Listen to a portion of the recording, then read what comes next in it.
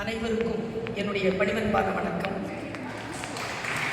6வது அனைத்துலக திருக்குறள் மாநாட்டை செப்டம்பர் மாதம் 19ஆம் தேதியிலிருந்து 21ஆம் தேதி வரைக்கும் 2025ஆம் ஆண்டு university of Toronto, Scarborough, Ontario, Canada என்கின்ற உலகத்தில் மிக முக்கியமான பகுதியில் நடைபெற்றுக் கொண்டிருக்கக்கூடிய இந்த நிகழ்ச்சிக்கு உலகெங்கிலும் இருந்து தமிழர்கள் ஒன்று கூடி இருக்கின்ற இந்த வரலாற்று நிகழ்வில் தமிழ்நாடு அரசின் சார்பாக தமிழ் வளர்ச்சித்துறை அமைச்சகத்தின் கீழே மிக வெற்றிகரமாக இயங்கிக் கொண்டிருக்கக்கூடிய உலக தமிழ் சங்கம் என்கின்ற தமிழ்நாடு அரசின் நிறுவனத்தின் துணைத் தலைவராகவும் இயக்குநராகவும் ஒரு மாதத்திற்கு முன்னால் தான் பொறுப்பெடுத்தேன்.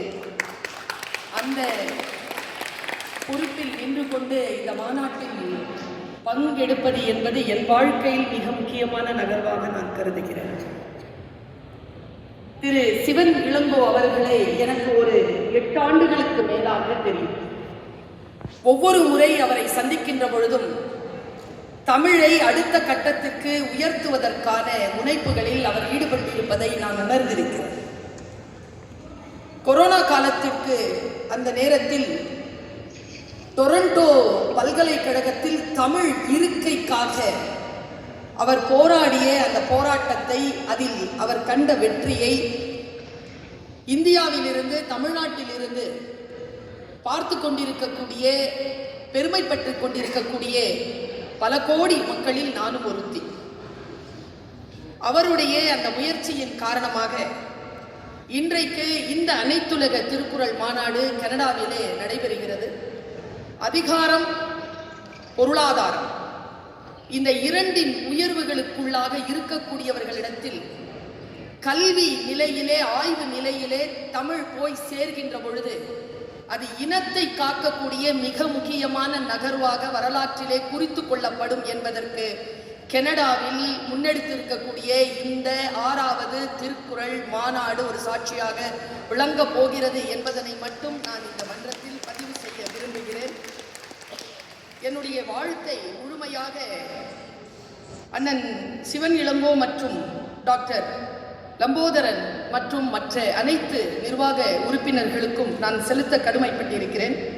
உலக தமிழ்ச்சங்கங்களை ஒரு குடையின் கீழ் கொண்டு வரக்கூடிய பணி எனக்கு இந்த அடுத்த 3 ஆண்டுகளுக்குள் தரப்பட்டிருக்கிறது. நான் இந்த திருக்குறள் மாநாட்டை எப்படி பார்க்கிறேன் என்று சொன்னால், மதம் சார்ந்து இயங்கக்கூடியவர்களுக்கெல்லாம் ஒரு மறை உண்டு. இஸ்லாமியர்களுக்கு மறை உண்டு, கிறிஸ்தவர்களுக்கு என்று மறை உண்டு, இந்து மதத்தை பின்பற்றுகின்றவர்களுக்கு என்று நூல் மறை உண்டு. நீங்கள் வேறு எந்த இனத்தை எடுத்துக்கொண்டாலும், மேற்கத்தியத்தில் எந்த இனத்தை எடுத்துக்கொண்டாலும் அந்தந்த மதம் சார்ந்தவர்களுக்கு ஒரு மறை நூல் உண்டு. எனக்கு தெரிந்த அளவில் இந்த உலகத்திலேயே ஒரு மொழி பேசுகின்ற இனத்திற்கு என்று ஒரு மறை இருக்கிறது என்றால் அது திருக்குறள் என்கின்ற ஒரு நூல் மட்டும்தான்.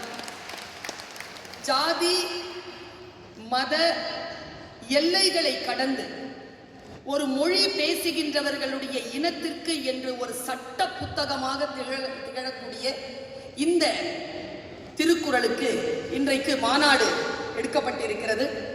100க்கும் மேற்பட்ட ஆய்வாளர்கள் கல்வி ரீதியாக பல கட்டுரைகளை வழங்க இருக்கிறார்கள். அது வரலாற்றிலே மிக முக்கியமான தரவுகளாக மாற இருக்கக்கூடிய இந்த சூழ்நிலையில் என்னுடைய மனமார்ந்த நன்றியையும் பாராட்டுகளையும் வணக்கத்தையும் இந்த அமைப்பாளர்களுக்கு முன்வைக்கிறேன். இந்த தொடக்க விழாவில் இருக்கக்கூடிய இந்த வாழ்த்துறையில் இந்த ஒரு குறளோடு என்னுடைய இந்த வாழ்த்துறையை நிறைவு செய்கிறேன். வள்ளுவர் பேராசான் இப்படி சொல்கிறார்: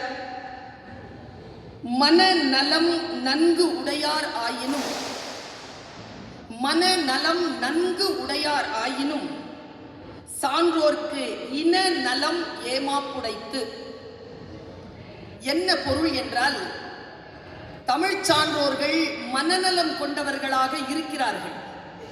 ஆனால் எப்பொழுது அவர்கள் சார்ந்த அந்த மொழிக்கு பாதுகாப்பு வரும் என்றால் இந்த மனநலம் சார்ந்த அனைத்து பெருமக்களும் இனநலம் சார்ந்தவர்களை முன்னெடுக்கின்ற பொழுதுதான் இது இன நலத்தை முன்னெடுத்திருக்கக்கூடிய ஒரு மொழி மாநாடு.